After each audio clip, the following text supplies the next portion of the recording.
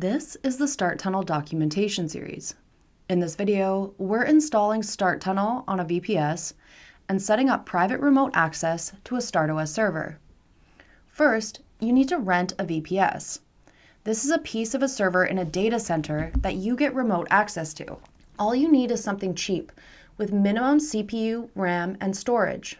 When choosing a VPS, you want to consider the location of the server, as the physically closer it is to you, the faster it's going to be.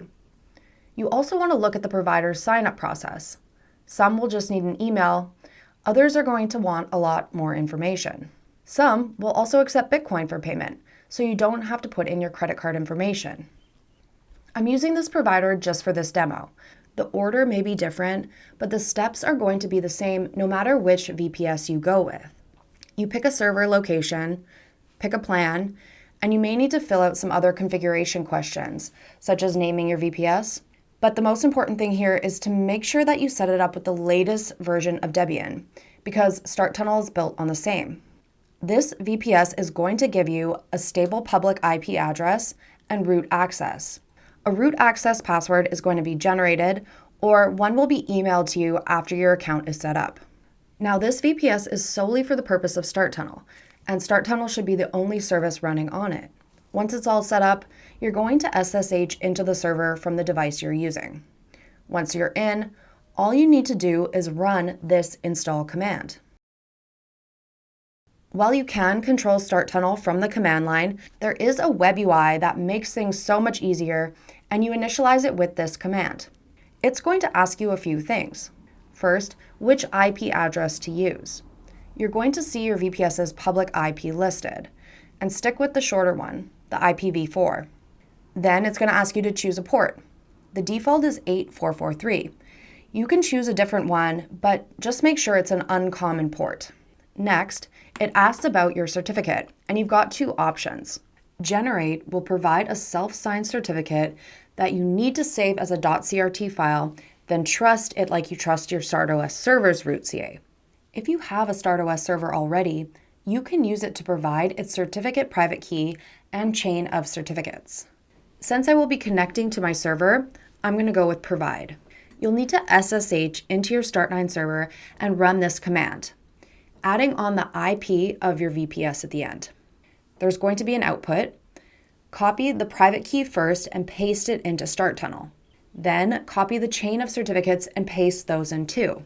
After you've made your choices, it's going to give you these three things: the URL, which is the IP address plus port, a password, and the root CA. Go to the StartTunnel URL in your browser. Enter the password, and you're in. No account, no email, and no terms of service.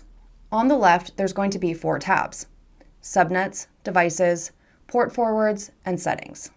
In settings, you can check for updates, change your password, restart the VPS, or log out.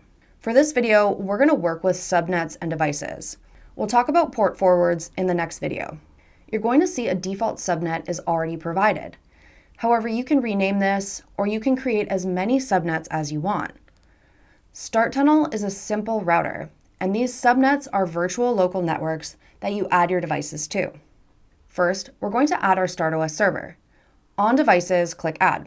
You're going to see these 3 fields. Name your device. All the subnets from the subnet tabs are going to show up here. LAN IP is the address that this device will have on the virtual network. After you hit save, StartTunnel generates a WireGuard configuration for this device. You can download it as a file or copy it. And there's also a QR code option, which is handy for phones. Now we need to get this config into our StartOS server. In StartOS, go to Systems, then Gateways. You'll see your wired connection here. That's your home router. Now we're adding StartTunnel as a second gateway, a second way to reach your server, but this time from anywhere in the world. Click Add, give it a name, StartTunnel, then upload or paste the config file into the file contents field and hit save. And that's it. Your StartOS server is now connected to StartTunnel. Now let's add our second device. You're going to need WireGuard on whichever device you're going to be using. Download it from wireguard.com. It's free, open source, and no account is required. Back in StartTunnel, go to Devices and click Add again. This time, I'm going to add my Mac.